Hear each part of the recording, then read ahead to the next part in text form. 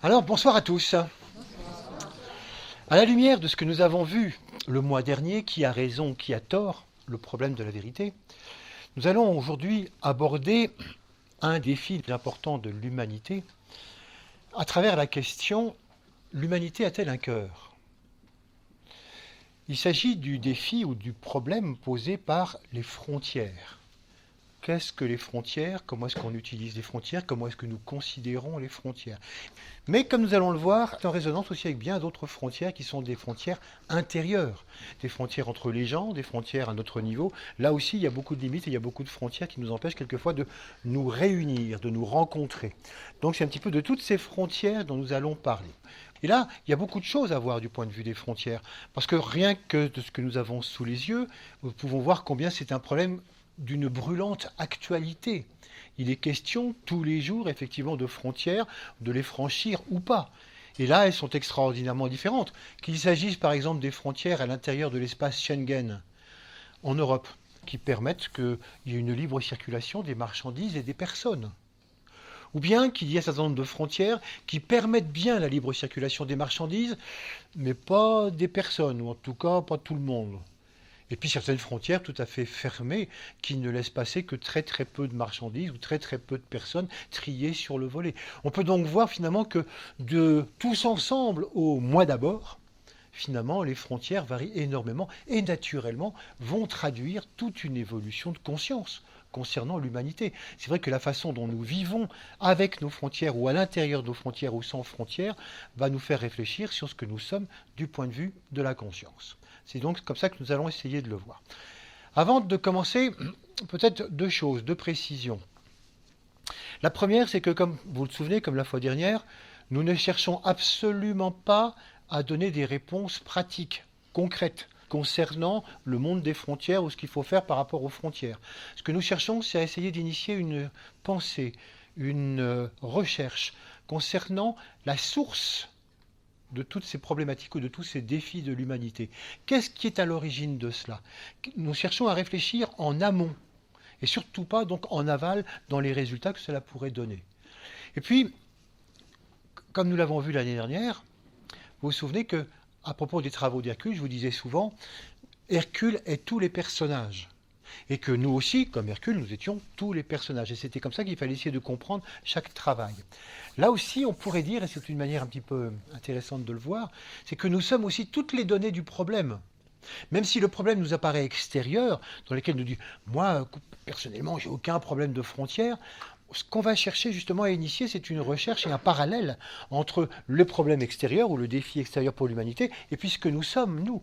L'intérêt de comprendre le problème ou les propositions qui sont à l'origine de toute cette question des frontières, c'est de nous amener à réfléchir sur nous-mêmes, à voir et à comprendre en quoi nous avons l'équivalent et à partir de quoi nous pouvons travailler, nous pouvons développer une évolution, ce qui aura naturellement un impact sur le monde extérieur. Enfin, je pourrais ajouter quelque chose, c'est que sur la question le monde a-t-il un cœur, il ne s'agit évidemment pas forcément de l'organe, ou il ne s'agit pas forcément non plus d'une question concernant l'émotionnel, mais concernant le chakra du cœur.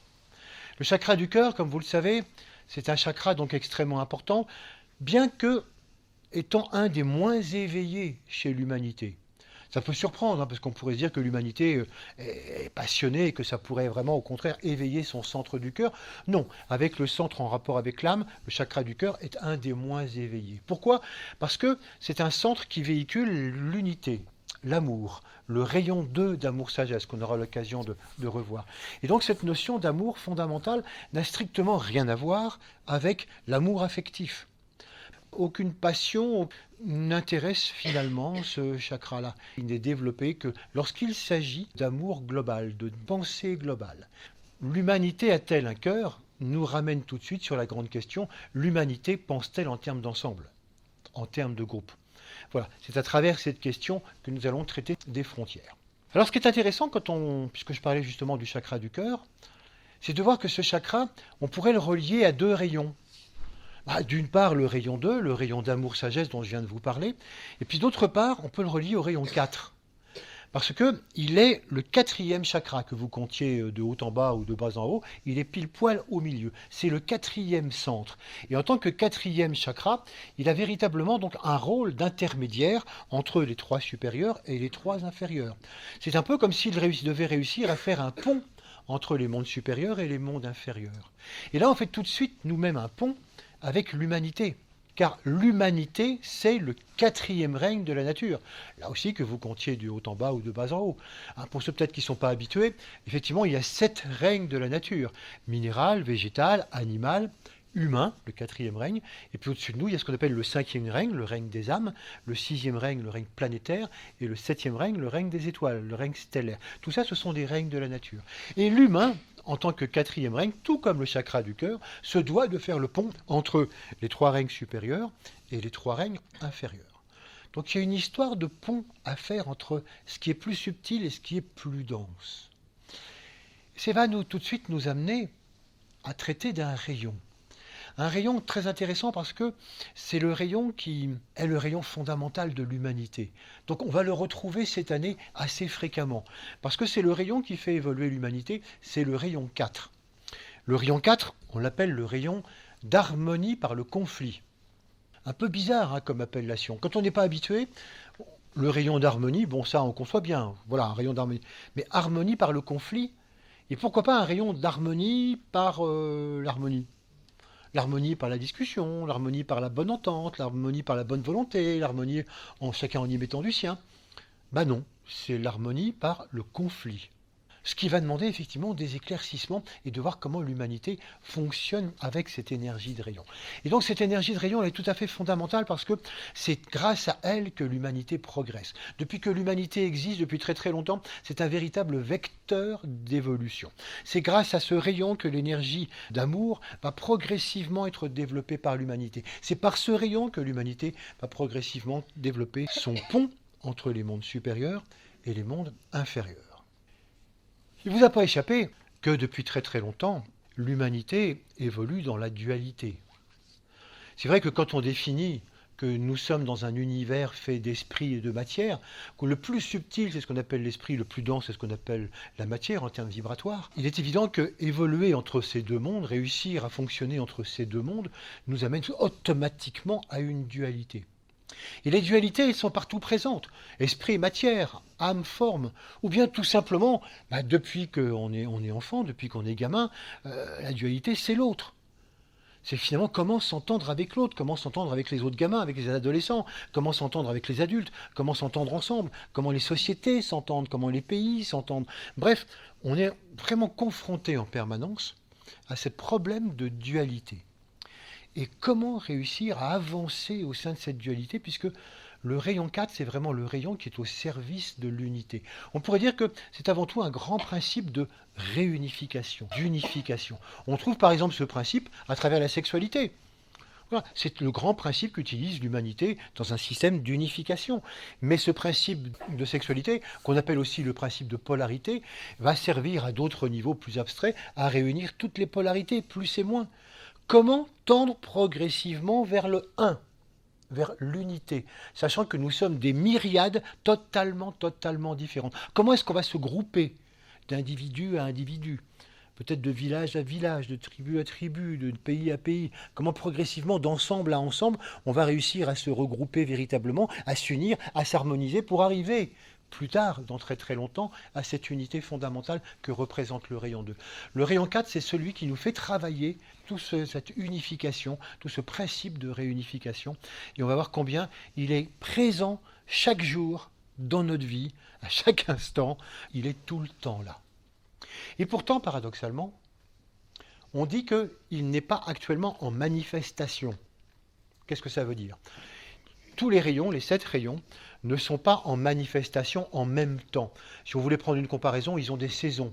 Donc ils ont des époques où ils s'imposent vraiment à la Terre, puis d'autres moments où ils se retirent un peu à l'arrière-plan, puis ils reviennent. Donc il y a tout un système cyclique comme ça et saisonnier. Il y en a toujours à peu près 4 ou 5 maximum en même temps, et donc il y en a toujours 2 ou 3 qui sont à l'arrière-plan. Qu'est-ce que ça veut dire quand un rayon n'est pas en manifestation ?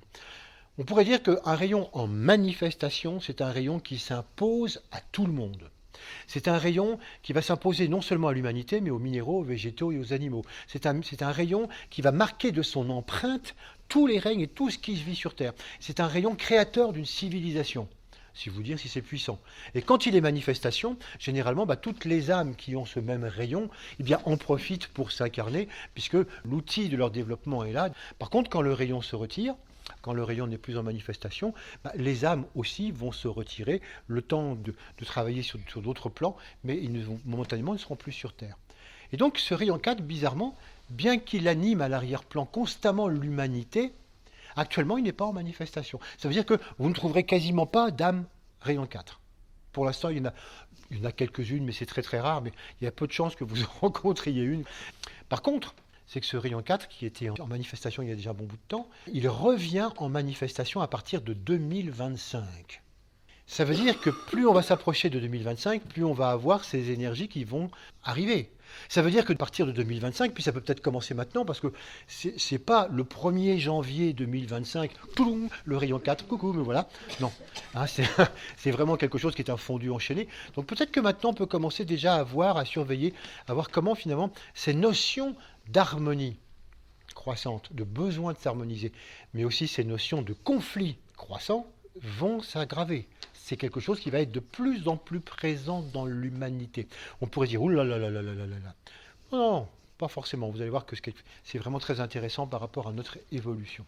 Donc 2025, c'est vrai que les choses vont changer et on aura l'occasion d'y revenir à propos d'autres sujets.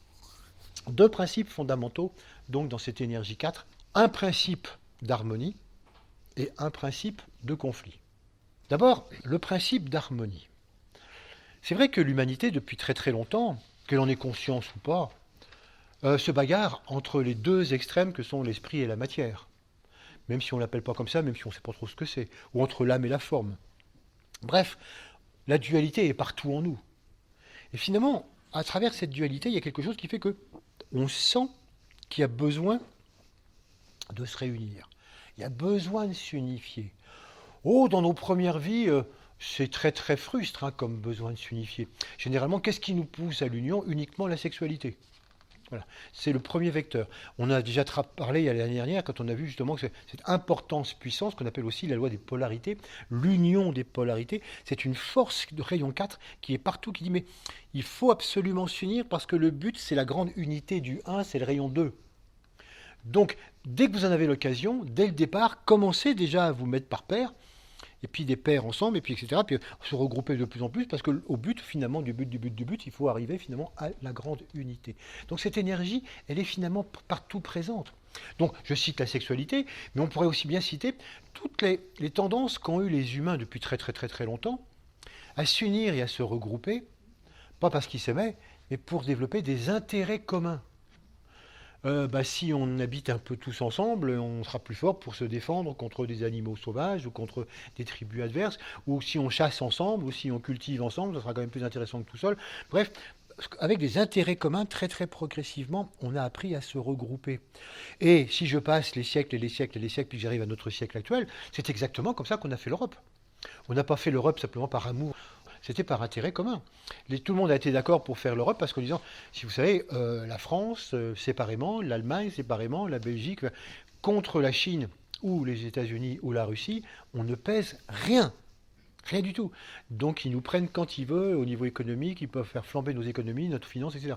Donc si on se met ensemble, on sera beaucoup plus fort. Donc on voit bien comment là aussi il y a une union qui s'est faite pour défendre des intérêts communs.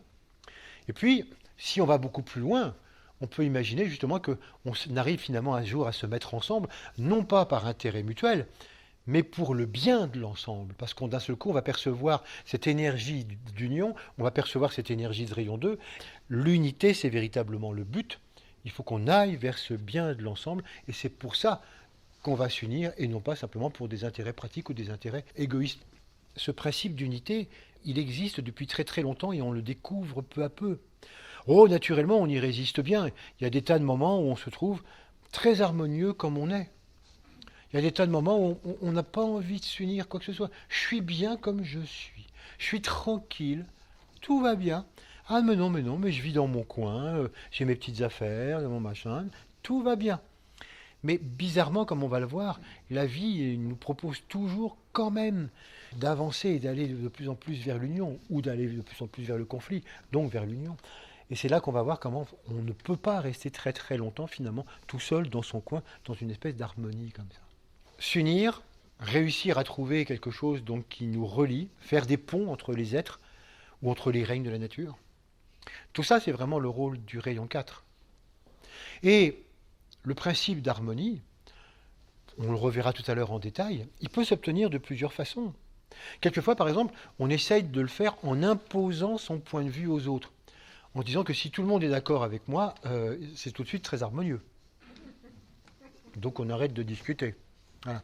Ou bien, on peut essayer de trouver une harmonie par des arrangements, par des négociations. Voilà, on va essayer de s'arranger mutuellement.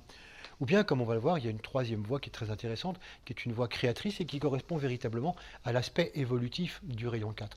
Bref, quelle que soit la manière dont on pense être arrivé à un moment donné à un palier d'union, on a fait un pont, on a réussi à s'unir, on est arrivé à une certaine harmonie. Qu'est-ce qu'on fait aussitôt? On souffle. On se dit, waouh, ben c'est bien. Ben maintenant, pourvu que ça dure, hein. Vraiment, maintenant, on arrête de se prendre la tête, on arrête d'être dans le conflit, la remise en question, ça va bien, là j'ai bien donné, donc on va essayer de conserver ça le plus longtemps possible. Et dès qu'on essaye de conserver comme ça cette harmonie, on cesse d'évoluer. On oublie simplement que cette harmonie sur laquelle on est arrivé, bah oui, c'est vrai qu'on a réussi par exemple à unifier deux aspects, deux formes en une seule. Mais que l'unification n'est pas finie, hein, c'est deux seulement. Et que très rapidement, cette nouvelle synthèse à laquelle on est arrivé, il va falloir qu'elle se synthétise avec d'autres synthèses pour créer quelque chose encore d'autre, qui va devoir se synthétiser avec d'autres, qui va devoir se synthétiser jusqu'à ce qu'on arrive un jour au 1. Donc ne nous arrêtons pas sur nos lauriers. C'est pas parce qu'on a réussi à faire une certaine synthèse, une certaine harmonie, c'est pas parce qu'on a réussi à faire un processus de réunification qu'il faut s'arrêter là. Mais, heureusement, le rayon 4 est bien fait. Le rayon 4 est bien fait parce qu'il a un deuxième principe fondamental en lui qui fonctionne en parallèle avec le principe d'unification, le principe d'harmonie, et qui est le principe de conflit. Le principe de conflit est extrêmement important dans l'humanité, comme vous voyez bien, et c'est très intéressant de bien repréciser cette idée. En effet, d'une manière générale, globale, tout le monde est d'accord pour dire que le conflit, c'est un défaut. C'est quelque chose qui n'a pas lieu d'être. On devrait toujours pouvoir discuter, s'arranger, s'harmoniser, on devrait pouvoir arriver à des conciliations, et qu'il faut absolument éviter le conflit à tout prix. Le rayon 4 ne dit surtout pas, si vous supprimez le principe de conflit, vous arrêtez d'évoluer. C'est la base fondamentale de l'évolution de l'humanité. Attention, quand je dis conflit, je dis confrontation, friction, dualité, je ne dis pas guerre. La guerre, c'est tout simplement la matérialisation d'un conflit jusque sur le plan physique, mais ça n'est pas du tout obligatoire. Le rayon 4 ne préconise pas la guerre. Non, non. Il préconise des conflits, des dualités, des remises en question, des confrontations sur les plans intérieurs, bien avant que ça ne descende sur le plan physique, et demande leur résolution avant que ça ne descende sur le plan physique. C'est totalement inutile de l'amener aussi bas. Donc, c'est pour ça qu'il n'est pas question d'amener la guerre. Par contre, si nous espérons avoir la paix, comme quelquefois on en a marre quand on a eu des épreuves, des difficultés, dire bon maintenant stop, maintenant on me fout la paix, je ne veux plus rien entendre, plus de remise en question. Non, ça non. La paix, on n'y a pas droit pour l'instant. Tant que l'humanité n'est pas arrivée donc à progresser suffisamment, on n'aura pas le droit à la paix. On n'aura le droit qu'au conflit. Pourquoi ça? Essayons de comprendre un peu mieux cette histoire de principe de conflit. L'ensemble des règnes de la Terre est sensible à ce principe-là, d'une manière ou d'une autre, mais j'en parlerai pas pour l'instant. Mais c'est surtout au niveau de l'humanité, comme je vous le disais tout à l'heure, que c'est tout à fait fondamental en tant que quatrième règne. Le quatrième rayon est vraiment très très très actif. Pour cela, deux raisons importantes. La première, c'est que le règne humain, c'est le premier règne qui avance consciemment, qui réussit finalement à pouvoir résoudre des dualités tout à fait consciemment. et qui par conséquent est capable d'avancer, non pas d'une manière automatique comme le font les animaux, les végétaux, les minéraux, mais en se confrontant à des dualités, en les surmontant et en créant une solution nouvelle. Si on voulait symboliser l'évolution des animaux, des végétaux et des minéraux, on peut dire que c'est une sorte de pente douce comme ça. Ils avancent très très très très lentement, expérience par expérience, et c'est extraordinairement lent parce qu'ils n'ont pas la conscience d'eux-mêmes, donc pas la conscience de ce qui leur arrive. Par contre, l'humain, qui au début dans son involution, quand il était vraiment il y a des millions d'années, avançait comme les animaux, très très très lentement et aussi en pente douce. Mais à partir du moment où l'humain commence à avoir cette conscience de lui-même, conscience donc de l'autre, avec lequel j'ai des choses à régler, et donc là, qu'est-ce qui se passe? Qu'est-ce qu'on se dit? Est-ce qu'on fait la paix? Est-ce qu'on se bat? Et là, je commence finalement à réaliser qu'il y a des choses à résoudre. Et donc, je me heurte à un mur. Jusqu'au moment où je vais m'apercevoir que le mur, il n'est pas bien haut. Si je réussis à bien vouloir le grapper, finalement, ce mur, il me mène simplement sur un point de résolution, suivi d'un petit palier, où je vais trouver un autre mur que je surmonte, suivi d'un petit palier, etc., etc. On appelle ça un escalier. L'humain n'avance pas comme ça sur une pente douce, mais il avance en escalier.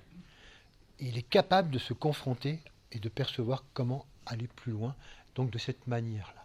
La deuxième raison, c'est que tout simplement l'humain est double dès le départ. Il est le quatrième règne, puis on sait aussi qu'il est le cinquième règne. Il est aussi en rapport avec le monde de l'âme. Et donc la problématique de l'humain, c'est que c'est une âme qui évolue à travers un humain. Donc on est ce dualisme du cinquième et du quatrième règne. Et que finalement, la partie âme en nous, la partie cinquième règne en nous, elle n'a de cesse que de chercher à s'imposer à la personnalité, à surgir progressivement de la personnalité, jusqu'à finalement prendre les rênes de la personnalité. Voilà pourquoi elle ne va jamais laisser en paix la personnalité, elle va sans cesse créer quelque chose qui frotte, quelque chose qui pose conflit, quelque chose qui pose question, pour que la personnalité ne s'endorme pas là où elle en est et progresse de marche en marche dans ce grand escalier. C'est pour ça que finalement, celle qui organise tous ces conflits, toutes ces problématiques, c'est l'âme qui s'impose progressivement. C'est assez impressionnant de voir que pour nous, la dualité, nous qui sommes ici, la dualité est une évidence. C'est évident qu'on a une dualité constante, externe, interne, etc. Mais il ne faut pas oublier que pour l'essentiel de l'humanité, la majorité de l'humanité, il n'y a pas encore franchement de dualité interne. Il n'y a que de la dualité externe. Qu'est-ce que autorisent ou pas les gouvernements ou les religions? J'obéis ou je désobéis, mais c'est tout. Il y a un film qui traduit bien ça, un dessin animé, c'est Pinocchio. On voit Pinocchio qui n'a strictement aucune conscience de dualité, de conscience du bien et du mal. Seule la religion vous dit ça c'est bien, ça c'est mal, mais moi intérieurement... Et le fameux Jiminy Cricket, qui progressivement s'impose à Pinocchio et qui s'impose comme étant la voix de sa conscience et qui lui donne ce point de repère de dualité. Nous, finalement, vous voyez, ce qui est intéressant, c'est qu'à travers progressivement bien des histoires, bien des propositions, l'âme va commencer par instiller la dualité en nous. Le premier travail du rayon 4, c'est d'amener une dualité là où il n'y avait qu'unité apparente, parce que l'âme est bien là depuis le départ, mais elle est tellement masquée par toutes les formes qu'elle n'a aucun pouvoir, elle n'a aucune expression, vraiment, elle est complètement voilée. L'être humain apparaît comme une unité apparente. Et quand on rencontre des gens comme ça qui sont dans l'unité apparente, tu ne te poses pas de questions? Ben non. Et tu cherches à évoluer? Ben non, je suis comme je suis. Puis c'est tout. Ah ben on est comme on est comme on est, puis c'est tout. Et puis j'espère rester comme ça plus tard dans ma vie, et puis il n'y a pas de problème. C'est vrai que quelquefois on a une vague nostalgie. Avec nous tous les problèmes qu'on se pose, les questions en permanence, etc. Bon, quand même, il y a des gens, ils sont heureux. Oui, mais ça c'est l'humanité un petit peu dans son début, oui, dans l'involution, c'est que c'est dans l'unité apparente. Mais l'âme ne peut pas rester satisfaite de ça, bien évidemment. Donc l'âme va constamment amener des grains de sable, amener des questions, amener des choses qui ne vont pas, amener des situations conflictuelles, amener des maladies, amener toutes sortes de problèmes qui vont faire que la personne va devoir progressivement, très lentement, vie après vie, s'interroger, qu'est-ce qui se passe? Trouver enfin sa dualité. Et à partir de cette dualité, avancer. Naturellement, il faut bien se dire que tant que l'âme n'a pas totalement dominer la personnalité. Tant que nous ne sommes pas des êtres totalement illuminés, nous aurons toujours droit au principe de conflit. Par contre, dès que l'âme aura complètement pris les rênes de la personnalité, quand l'âme dominera complètement la personnalité, le principe de conflit s'estompera complètement et nous passerons dans un autre processus d'avancement. Mais il semblerait que ce ne soit pas exactement pour demain et qu'il y ait encore un petit peu de temps avec ça. L'intérêt donc de ce processus. Donc, vous voyez, c'est vraiment intéressant de comprendre comment ça marche. Nous, comment on y assiste, comment on le découvre? Un peu comme je viens de vous le dire, là, les premiers temps, ça se passe tout simplement à un niveau horizontal.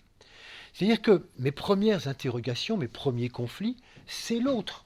C'est que moi, je suis tranquille dans mon coin. Moi, j'embête personne. Moi, je cherche de bagarre à personne. Pourquoi est-ce qu'il faut toujours des gens qui m'agressent, des gens qui m'embêtent, des gens qui m'envolent? Et depuis que je suis tout petit, déjà dans la cour de récréation, il y avait des gens qui m'embêtaient. Moi, j'étais dans mon coin. Bref, moi, je suis l'innocent et les autres sont vilains. Jusqu'à Sartre, l'enfer, c'est les autres. On voit donc comment, finalement, à travers tout ça, l'autre est une remise en question constante. Et puis après, même à travers les amis, à travers les associations, à travers le couple, j'en parlais tout à l'heure. Bref, l'autre est omniprésent et m'interroge. Naturellement, au début, et je vais mettre beaucoup de temps à trouver ça, l'autre est toujours le responsable de ce qui m'arrive. Quand je vais mal, quand il y a un conflit, quand il y a de la bagarre, quand on n'est pas d'accord, quand il y a disharmonie, c'est forcément de la faute de l'autre. Parce qu'il n'est pas ceci, parce qu'il n'est pas cela, parce qu'il ne répond pas à mes attentes. Et donc forcément, ça vient de l'extérieur. Si je suis malade, si mon voisin il m'embête sur un problème de clôture, si le gouvernement ceci, si l'association cela, si mon patron, etc., ça vient toujours des autres et ça vient toujours de l'extérieur, les conflits. Dur. Il va falloir attendre le plus souvent que ça se transpose sur le plan intérieur. Après tout cela, je vais commencer finalement par me poser des questions à l'intérieur de moi. Je sens des choses en moi que je ne sentais pas auparavant. Avant, j'obéissais à la religion ou à ce qu'on me disait, mais ce n'était pas vraiment moi. Puis je suis passé par une phase où j'ai envoyé tout ça promener, débarrassé. Et maintenant, c'est quelque chose qui revient.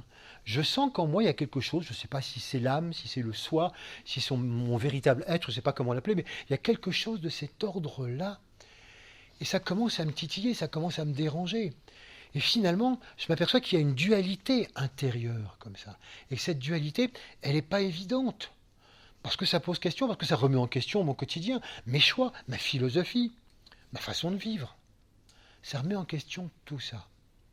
Et souvent, il faut attendre en être passé par là pour découvrir que tous les conflits qui sont en rapport avec les autres à l'extérieur ne sont que le reflet de mes propres conflits intérieurs. Que les conflits n'arrivent jamais par l'extérieur, toujours par l'intérieur. C'est 50-50 entre l'autre et moi. C'est simplement une rencontre souvent de mêmes problématiques. Et cette rencontre de mêmes problématiques intérieures, eh bien, nous la manifestons là sur le terrain pour mieux la voir et nous la vivons en vrai. Et on a vraiment l'impression que c'est de la faute aux autres, ou c'est de la faute à l'extérieur, ou c'est pas de chance. Et souvent, même quand on a réalisé pour de vrai, quand on a compris que finalement tous les conflits qui sont à l'extérieur sont avant tout chez nous, à l'intérieur, et que c'est notre positionnement, que c'est notre intolérance par rapport à telle ou telle idée, ou tout simplement parce qu'on a du mal à encaisser telle ou telle position, ou tel affect, ou telle réaction émotionnelle. Et donc moi, je ne supporte pas ça, que le conflit se crée. Mais le conflit, il n'est simplement que l'expression extérieure de ce que je vis intérieurement. J'ai beau le savoir, j'ai beau en être persuadé, dès qu'un conflit ressurgit, et puis l'autre encore là qui m'embête à nouveau. Non, il n'y est pour rien, c'est moi à l'intérieur. Enfin, il y a sa part, mais c'est. On a un réflexe, il n'y a rien à faire. C'est toujours, voilà, l'autre, puis toi, puis ce que tu me fais faire, ce que tu me fais dire, et à cause de toi, etc. On se reprend. Mais vous voyez, c'est pas toujours facile, c'est à quel point ça a la vie dure, cette histoire que le conflit, c'est l'autre. Alors que non, le conflit, c'est nous à l'intérieur. Vous connaissez la phrase qui dit « Vivre en couple, c'est résoudre à deux des problèmes qu'on n'aurait pas tout seul. » Et bien finalement, c'est pas si sûr. Et si les problèmes qu'on a à deux en couple, on les a tout seuls, dans notre couple intérieur, en nous. Mais c'est difficile d'y voir clair. C'est difficile d'arriver à y voir suffisamment clair sur c'est quoi ce conflit intérieur. Donc le fait de l'extérioriser, le fait de le vivre, le fait d'avoir deux acteurs qui ont souvent le même conflit ou la même problématique intérieure, complémentaire, pas de la même manière, et finalement de se le jouer à deux comme un bon couple d'acteurs, ça permet de se dire ah oui, ça veut dire qu'intérieurement on a ça. Et donc vous voyez comment finalement cette phrase paraît tout à fait juste d'un premier abord, mais finalement non. Vivre en couple, c'est simplement extérioriser des problèmes qu'on n'aurait pas tout seul apparemment, mais qu'on a effectivement, qu'on peut avoir tout seul dans notre propre couple intérieur. Comment marche ce rayon 4? Je vous dis, raconterai pas tout ce soir, hein, parce qu'on en gardera pour d'autres moments où nous retrouverons ce rayon 4, il est tellement important. Simplement pour comprendre que, dans un premier temps, comme je vous disais tout à l'heure, il faut réussir à sortir de l'unité apparente. Dans un premier temps, eh bien, chacun d'entre nous, on est un centre de conscience, et qu'autour de nous, on délimite un espace avec des frontières, avec des limites, et c'est ce qu'on appelle, donc on va appeler le point A. Bon. Et que ce point A, c'est moi, c'est ma vie, c'est ce que je pense, c'est ce que je ressens, voilà, c'est mon espace de vie, c'est ma famille. Je vous disais tout à l'heure, dans un premier temps, le rayon 4, c'est de mettre de la dualité là-dedans. Cette dualité que je ne vais pas forcément percevoir du premier coup en moi, mais que je vais percevoir tout à fait vite à l'extérieur. Et que ça va surgir, par exemple, avec une autre personne qui a un autre avis, un autre système de vie, un autre espace, avec ses propres frontières, donc ses propres limites, et qui donc finalement ce système B. Et on cherche tous les deux comment s'unir, comment réussir à s'harmoniser, puisque on se sent poussé par cette fonction finalement d'unification. Si on se sent porté au conflit, c'est qu'on est porté à l'union. Bizarrement. Parce que vous avez souvent encore des gens qui ne sont pas du tout portés au conflit, parce qu'ils n'en ont rien à foutre de l'union. Tu penses pas comme moi? Mais alors, je m'en fous. Tu fais ce que tu veux, tu vis comme tu veux. Moi, d'ailleurs, je ne dis à personne ce que je pense, je ne pense pas moins. Les gens me disent ça, vous savez, complètement égal. D'ailleurs, je vis tout seul, chez moi, il y a des voisins, je ne sais même pas qui c'est, non, aucune espèce d'importance. Moi, je suis dans mon coin. Voilà, et je suis très très bien dans mon coin, je suis très très bien tout seul. Quand vous recherchez finalement, à un moment donné, vous ressentez le conflit, c'est que vous cherchez à vous unir à l'autre. Vous n'êtes plus que simplement dans une espèce de non-reconnaissance totale de l'autre. Reconnaissance, c'est un mot fondamental qui est le mot clé pour travailler l'amour. Tant que je suis bien chez moi, je m'aime, je me reconnais moi, mais reconnaître l'autre n'a strictement aucune espèce d'importance. Le monde peut bien vivre ce qu'il veut. Tant qu'il ne me dérange pas de problème. Tant que personne ne vient m'embêter, pas de problème. Moi, j'ai aucun conflit. Voilà. Mais je ne reconnais pas l'autre. Je me souviens dans un groupe, quelqu'un qui me disait « Ah ben toi, tu parles toujours du conflit avec sa mère. Moi, je n'ai aucun conflit avec ma mère. Aucun. » Ah bon? Ah non, non, on ne se parle pas depuis 10 ans. Oui, vu comme ça, oui. Donc, voilà. Non-reconnaissance, ça n'existe pas. On vit chacun de notre côté, donc il n'y a aucun conflit. Et donc c'est important de voir que si vous êtes porté à un moment donné au conflit, c'est que vous êtes poussé à l'union. Et le premier signe d'être poussé à l'union, c'est de sentir que, bah oui, mais on s'unit comment? On a chacun nos frontières, on a chacun nos limites. On ne peut pas se cracher comme ça contre l'autre. Comment on va faire pour que finalement s'ouvre quelque chose? Parce qu'on est coincé par nos frontières, nos limites mutuelles. Nos frontières de pensée, nos frontières réactives, nos frontières émotionnelles, nos habitudes de vie. On est finalement chacun enfermé dans nos petits trucs comme ça. Comment est-ce qu'on fait pour ouvrir ces frontières et réussir à s'unir? C'est pas du tout évident. C'est pour ça que on va chercher, comme je vous disais tout à l'heure, à dire finalement, il faut que tu t'allies à moi, c'est moi qui ai raison. Et l'autre, ce prétentieux, il va dire la même chose. Pas du tout. Il faut que toi, tu te rallies complètement à moi, c'est moi qui ai raison. Bon, ça marche pas. Du coup, on se dit, bon, allez, il faut que chacun, on y mette d'une autre. Et qu'on retrouve finalement ici au centre une espèce de point C, un espace commun. Et dans cet espace commun, on va réussir peut-être à trouver quelque chose qu'on met en commun. Mais pour ça, il va falloir que chacun d'entre nous diminue peut-être certaines prétentions, certaines idées. Il faut que chacun d'entre nous diminue un petit peu ce que nous sommes. Oui, mais on va le diminuer tellement que ce point C, qui est un point de concession, de consensus, de conciliation, mais ça ne marche pas. Pour vous faire comprendre combien ça ne marche pas, souvent quand il s'agit par exemple de nations ou de conflits très durs, on pourrait l'appeler le point C comme le point cessez-le-feu. Vous savez ce que c'est dur les cessez-le-feu?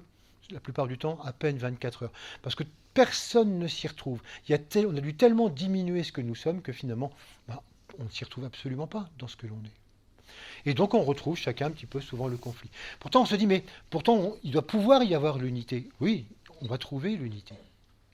Et cette unité, il va falloir la créer. Et c'est là où le rayon 4 est tout à fait créateur.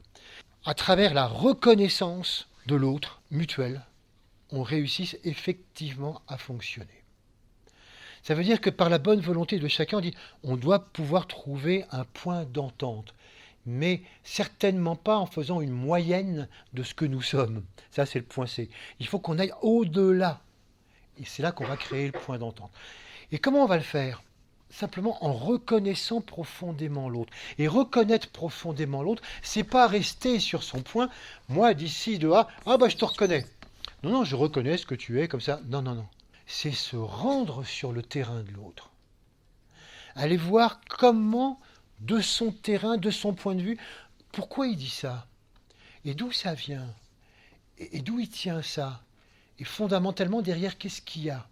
Vous voyez, tout ce travail. Vous savez que quand on part en reconnaissance, on ne reste pas sur place. On va explorer le terrain. Eh bien, c'est la même chose. Partir en reconnaissance de l'autre, c'est aller explorer le terrain de l'autre, là où il est.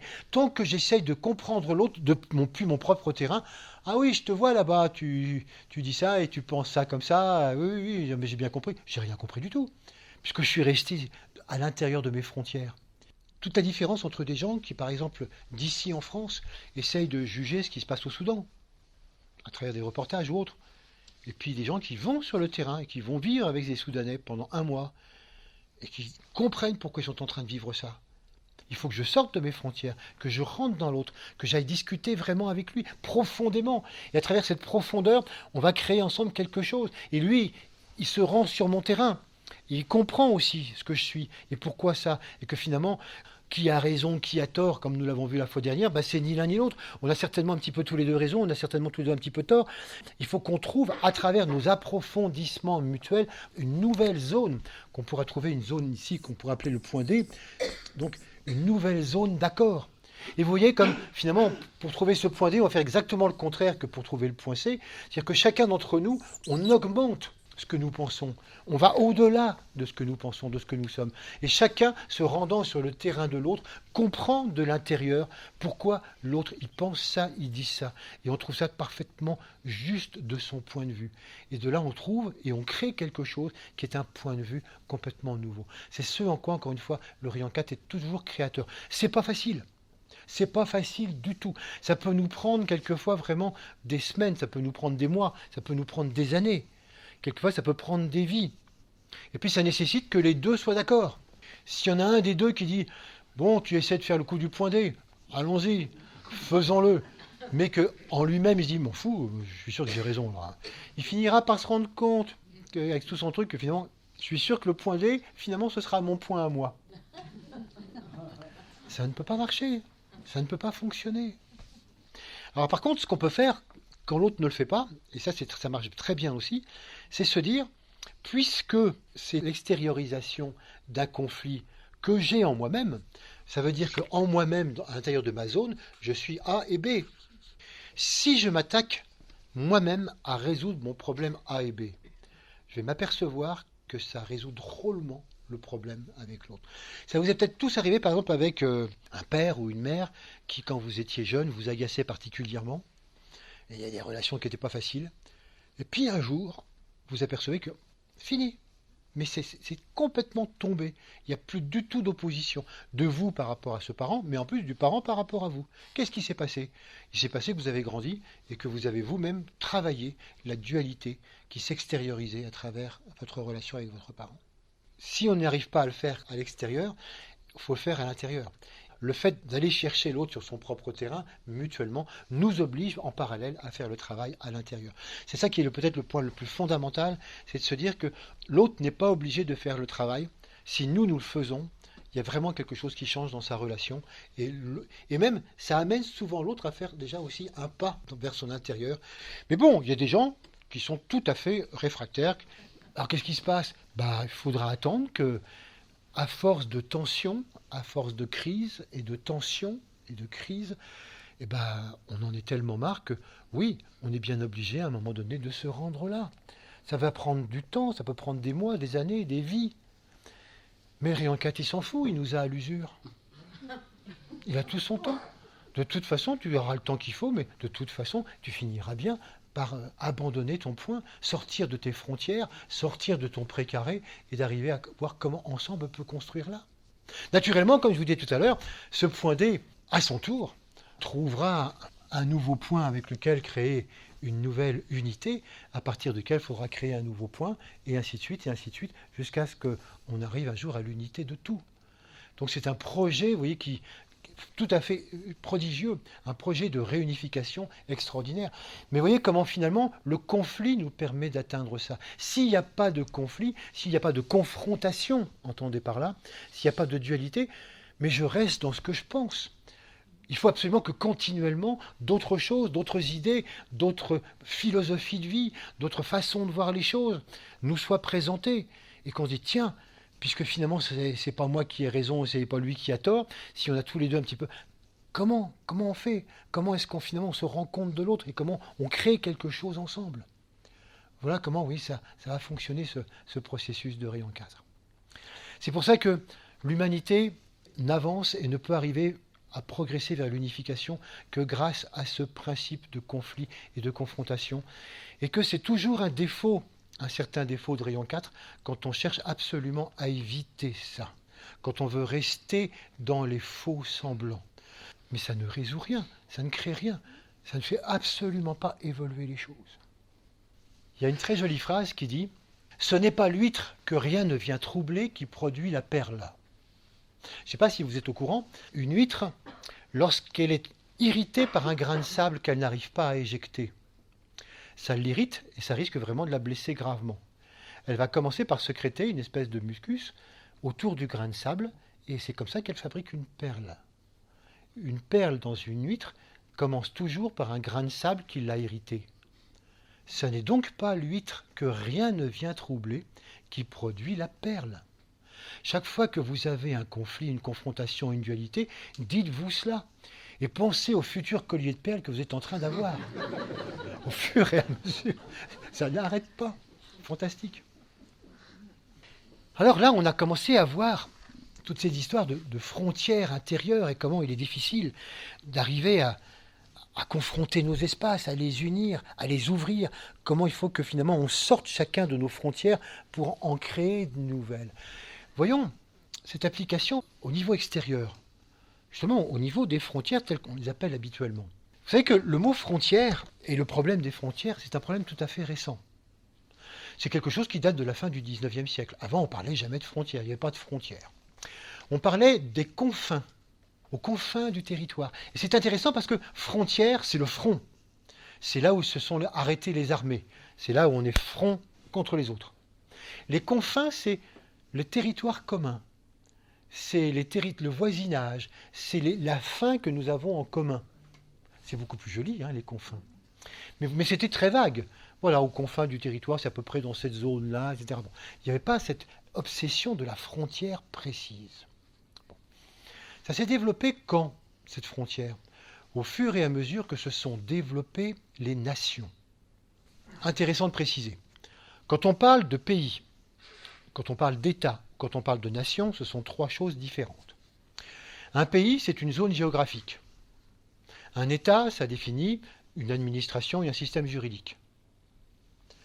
Une nation, c'est quelque chose de beaucoup plus subtil, et c'est ce qui fait qu'il n'y a pas encore beaucoup de nations dans le monde, parce que c'est justement un processus rayon 4. Pour faire une nation, il faut que progressivement, des gens qui habitent, par exemple, prenons la France, au Pays Basque, en Bretagne, dans le Nord, en Alsace, en Savoie, dans le Sud, bref, partout.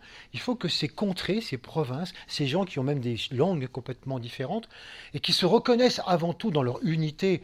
Moi, je suis alsacien, moi, je suis breton, moi, je suis basque, etc. Puis on ne sort pas de là. Eh bien, c'est un processus de reconnaissance mutuelle.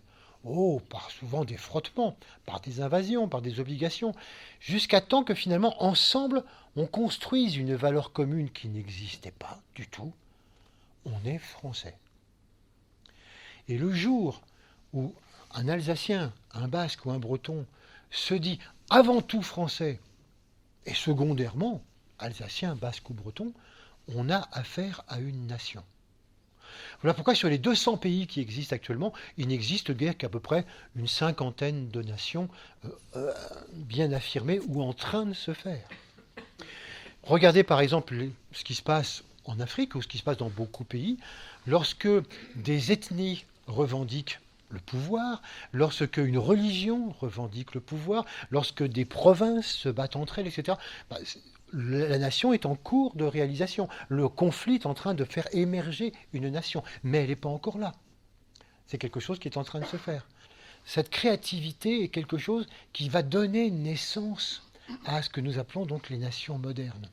L'affirmation de quelque chose qui est au-delà et qui passe la plupart du temps, en tout cas c'est comme ça que les nations modernes sont toutes passées par là, par une guerre civile. La guerre civile étant le grand processus de Rion IV qui fait qu'à un moment donné, une ethnie ou une province essaye de s'imposer aux autres. Mais ça ne marche pas. Il faut faire ensemble. Il faut qu'on apprenne à construire quelque chose. Mais qu'est-ce qu'on va trouver au-dessus ?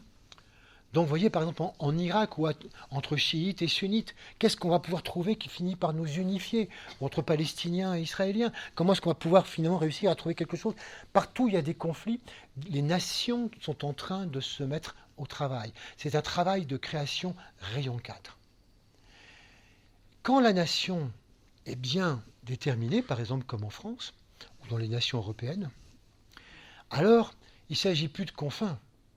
Il s'agit de frontières extraordinairement précises.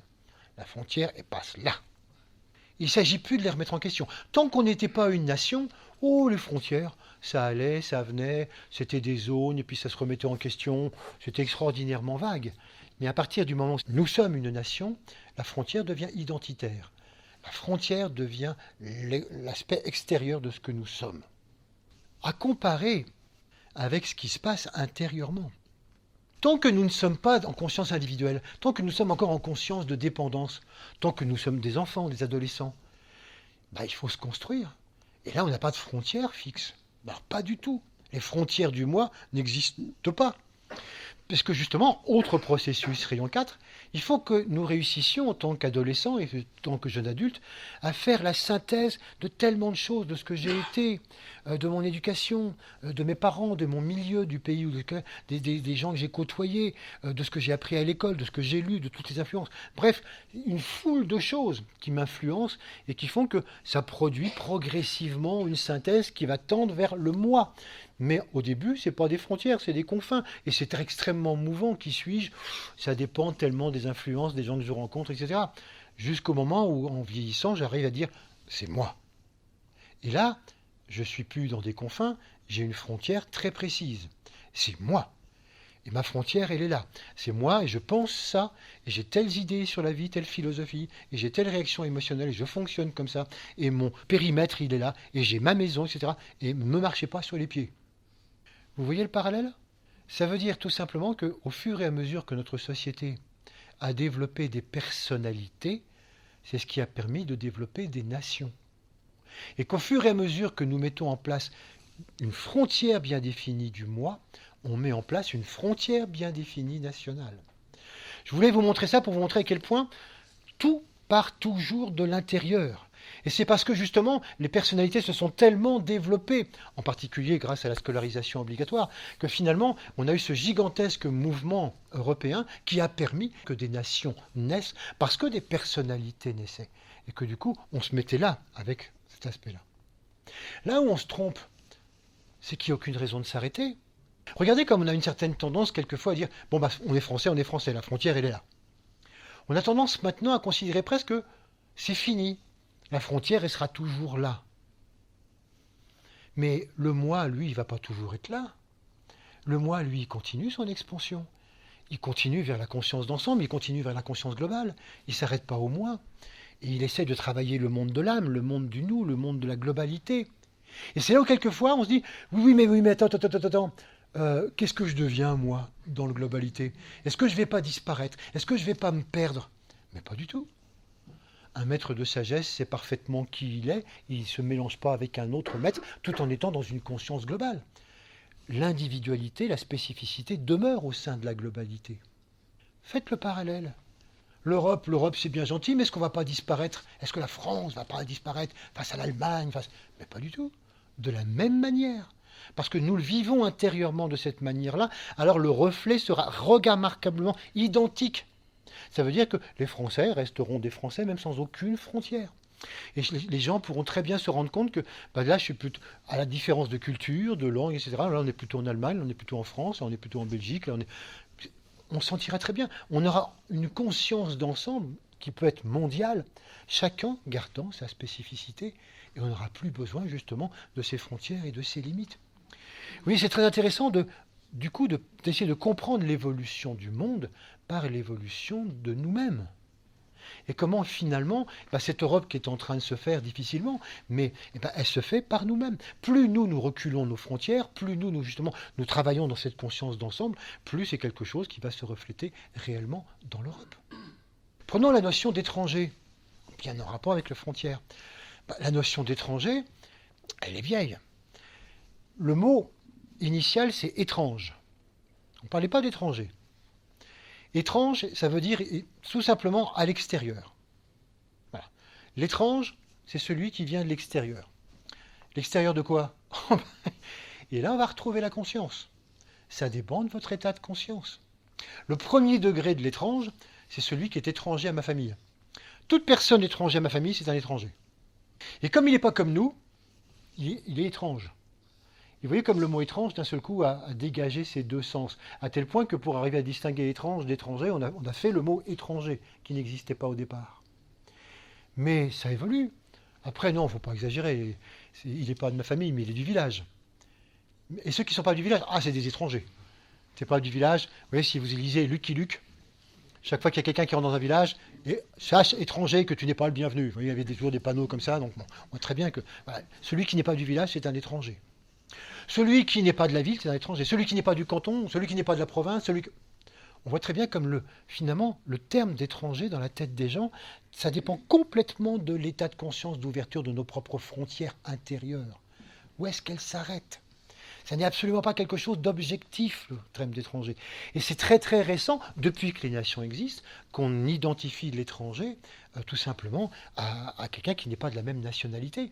Mais on trouve encore des personnes pour qui les frontières, c'est les frontières de mon village ou les frontières de mon canton, et toute personne qui n'en est pas est un étranger. Ça se dit encore. Mais là, si on évolue, c'est intéressant de se rendre compte que, mais dans une humanité mais il n'y a pas d'étranger. Donc il n'y a aucun étranger sur Terre. Dire un étranger, c'est quelqu'un qui est à l'extérieur. À l'extérieur de la Terre, éventuellement des extraterrestres. On pourrait garder pour l'instant le terme étranger pour des extraterrestres. Mais encore, si on réussit à agrandir notre conscience au cosmos, non, il n'y a pas d'étrangers dans la galaxie. Et puis au-delà, bref. Mais ça dépend complètement de notre capacité à ouvrir nos limites, à ouvrir nos frontières. Pour se rendre compte que l'extérieur n'existe pas, on est un. La notion de migrant, là c'est objectif, migrant. Mais la notion de migrant, c'est quelque chose qui correspond entièrement à nos besoins, à nos désirs. Vous savez qu'on a eu 3 grandes vagues de migration. Je ne parle pas de tout ce qui s'est passé comme mélange dans l'histoire de France, mais très très récemment, on a eu 3 grandes vagues de migration. La première, c'est lors de la révolution industrielle, fin du 19e siècle. On a fait venir plein de personnes pour remplir les usines de tous les pays européens, Belgique, Suisse, Italie. Et puis, deuxième grande vague de migration, la guerre de 14. On est allé chercher en Afrique des soldats, on est allé chercher toutes sortes de personnes, on est allé chercher ensuite, à la fin de la guerre, il fallait absolument, il y avait tellement d'hommes qui étaient morts, il fallait relancer les mines de charbon, qui étaient la principale énergie. On est allé chercher des Polonais. Il y a des gens qu'on est allé chercher pratiquement de force pour les amener, donc pour faire marcher nos mines. Et puis après la troisième vague, après la Seconde Guerre mondiale, là aussi on a encore fait venir énormément de personnes, de manière à pouvoir faire fonctionner. On a même fait venir, ça je ne savais pas, 20 000 Indo-Chinois, du temps où c'était encore l'Indochine et pas encore le Vietnam. Pourquoi faire? Pour lancer la culture du riz en Camargue. La France a décrété, recrutez-nous 20 000, plus ou moins de gré ou de force, 20 000 Indo-Chinois, ils vont lancer la riziculture dans Camargue. Par contre, entre ces périodes, il y a chaque fois eu des périodes de crise. Et qu'est-ce qui se passe en période de crise? Ah, les étrangers, ah non, non, non, non. Ah non. Non, non, le migrant est tout à fait quelque chose, non, c'est vraiment quelqu'un qui reste chez lui, bon, on n'en a pas besoin, chacun chez soi. Dès que la période est passée, vous voulez venir un peu nous aider? La période de crise revient, ah mais dehors. Ça n'a aucune réalité objective. Il y a 50 ans, il y a un humoriste qui avait un sketch qui disait ceci. Moi, j'aime pas les étrangers. Je dis toujours, l'étranger, c'est quelqu'un qui vient manger le pain des Français. Et bien, dans mon village, il y a un étranger. Et bien, je résiste pas. Souvent, je lui dis, je suis désolé. Pour moi, un étranger, c'est quelqu'un qui vient manger le pain des Français. Il en a eu marre. Il est parti. Et depuis, dans notre village, on ne mange pas de pain parce que c'était lui le boulanger. C'est vous dire à quel point, voilà, c'est des idées comme ça qu'on se fait, mais ça n'a aucune réalité objective. Vous voyez comment ces trois mots, finalement, qu'on vient de voir, le mot frontière, le mot étranger, le mot migrant, ça ne correspond qu'à notre psychologie intérieure, à nos besoins, ça ne correspond qu'à nos peurs, ça correspond qu'à notre développement psychologique, ça ne dépend que des frontières qu'on se met ou qu'on ne se met pas, si on est coincé ou si on est ouvert. Bref, ça ne dépend que de nous. Et pourtant, on ne cesse, éventuellement, parce qu'on ne veut pas faire le rapport avec nous, on ne cesse souvent dans des débats et dans des discussions de voir ça d'une manière parfaitement extérieure. Ah non, non, mais les frontières, moi j'ai des arguments pour te dire que ceci ou cela. Ah mais non, mais pas du tout, les migrants, non, non, on ne peut quand même pas accueillir toute la misère du monde, et puis ceci, et puis ah non, non, l'étranger, il ne faut quand même pas exagérer. Bref, on va rationaliser comme ça mentalement.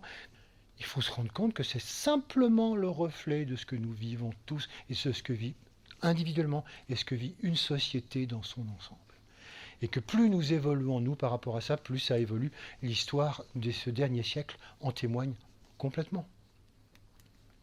Il faut faire éclater progressivement tous ces espaces.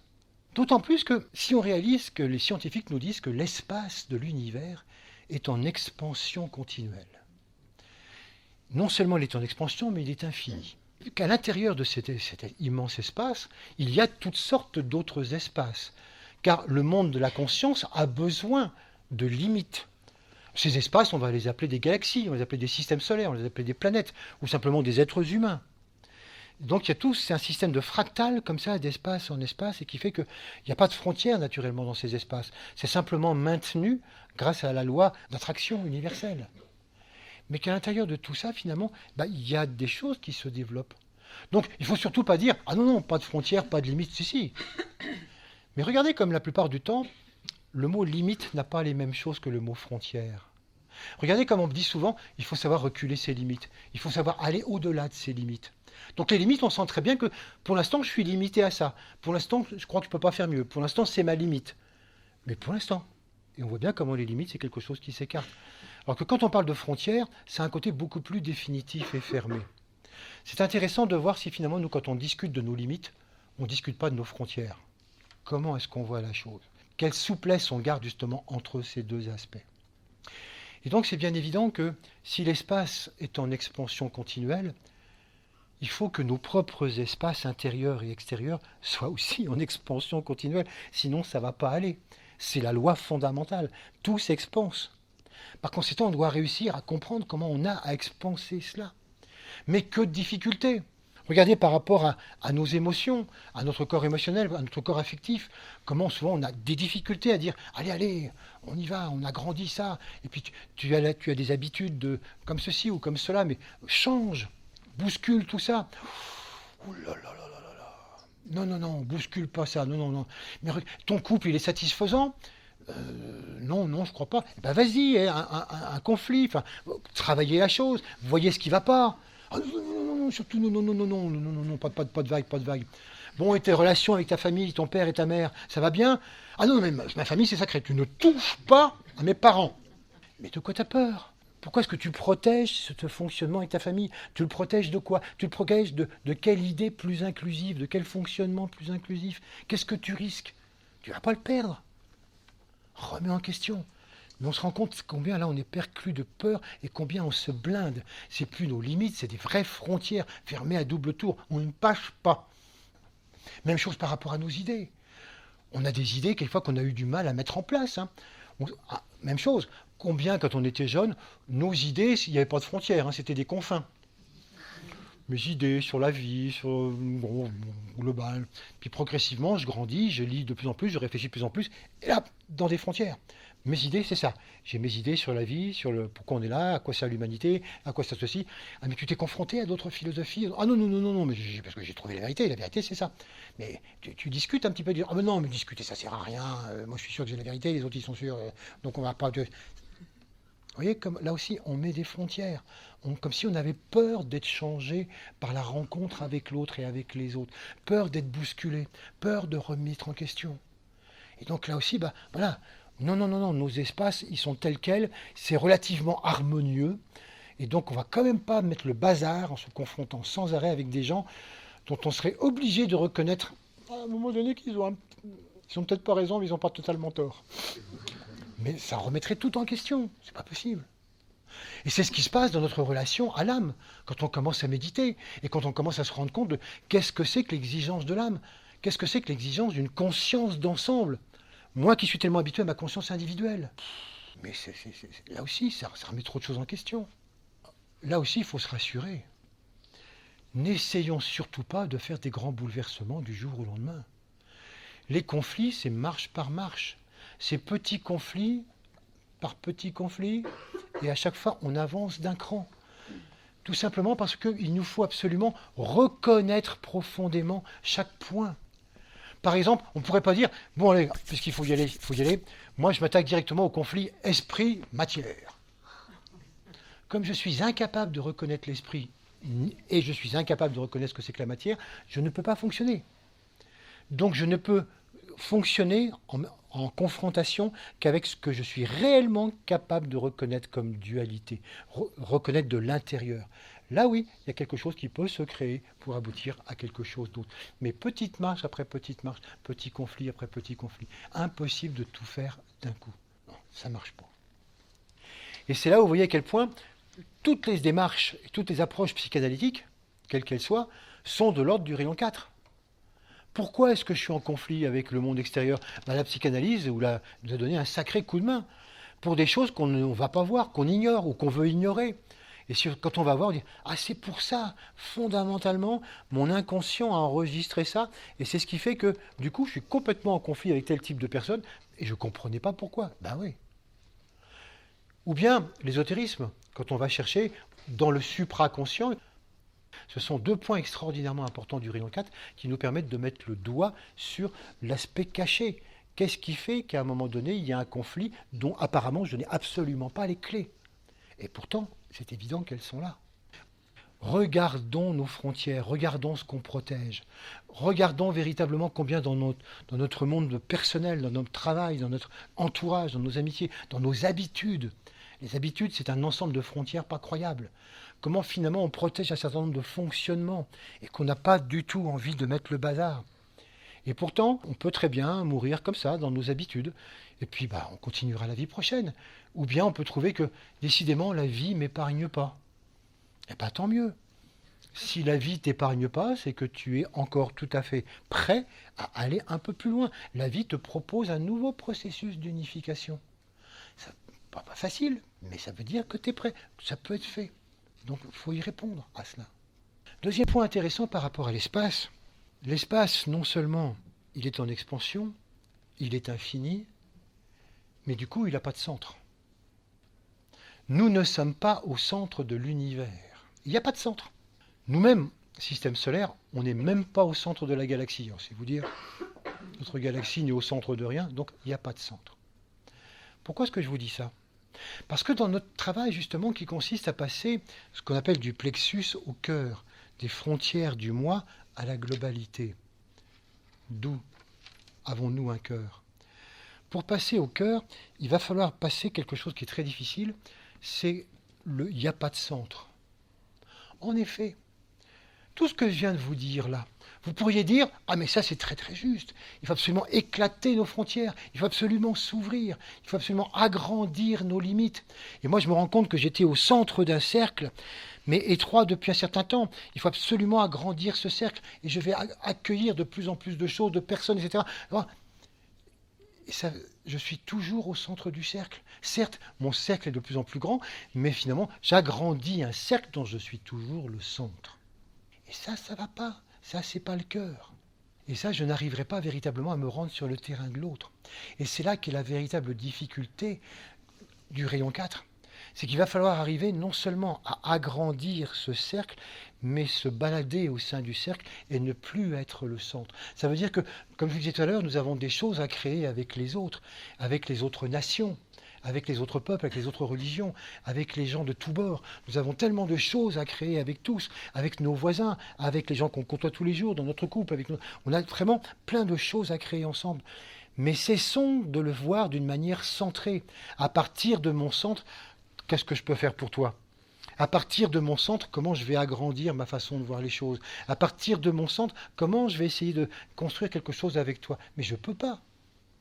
Il faut que tous les deux, nous fassions un pas hors du centre et qu'en se décentrant, ensemble, on construise quelque chose d'autre. Le cœur, c'est ça. C'est pour ça que vous voyez, c'est assez difficile à imaginer, mais il faut qu'on construise quelque chose en avançant chacun d'une manière le plus décentrée possible. C'est pas possible tout le temps, on revient très très vite au centre de son histoire, au centre de sa vie.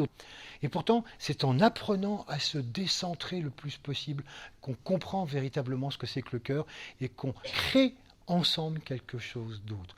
C'est pas confortable, ça nous fait complètement sortir de nos zones de confort. Mais il faut véritablement chaque jour le chercher.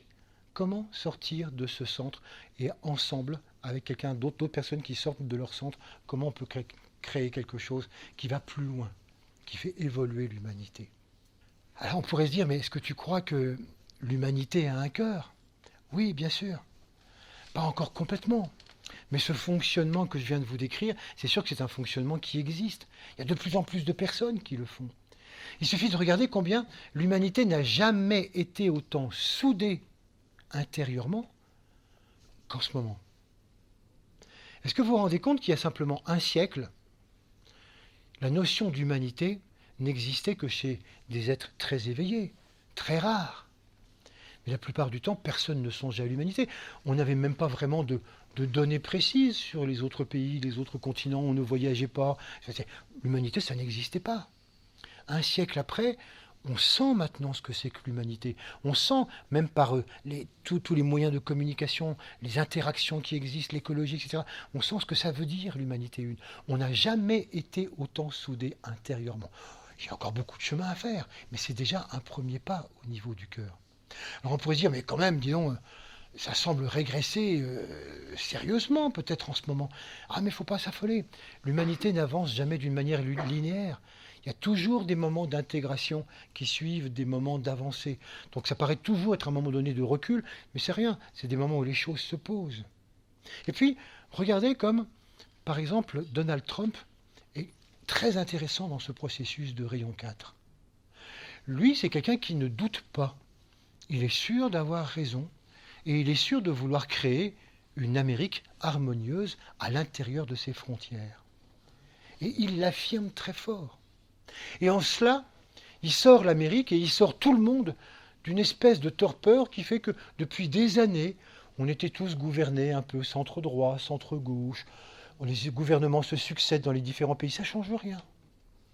Et là, d'un seul coup, tout le monde se dit en Europe, oh, mais s'ils se positionnent comme ça en point A, nous, il faut qu'on se positionne en point B.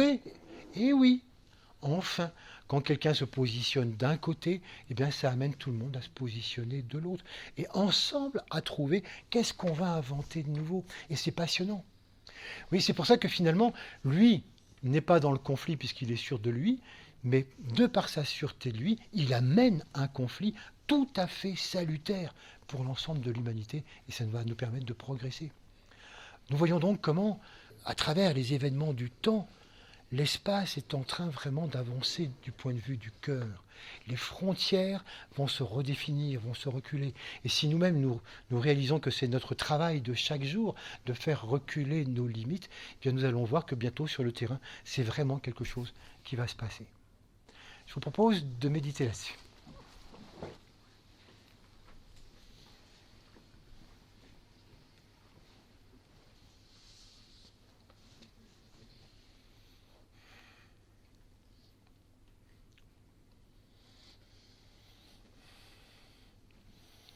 Pendant que nous respirons au niveau frontal, nous sommes au niveau de la personnalité, nous pouvons jeter un rapide coup d'œil sur nos frontières, nos habitudes, ce dans quoi on est enfermé, physiquement, émotionnellement, mentalement,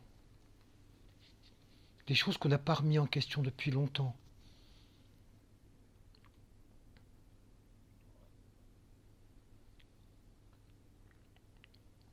Et qu'on trouve ça assez confortable finalement.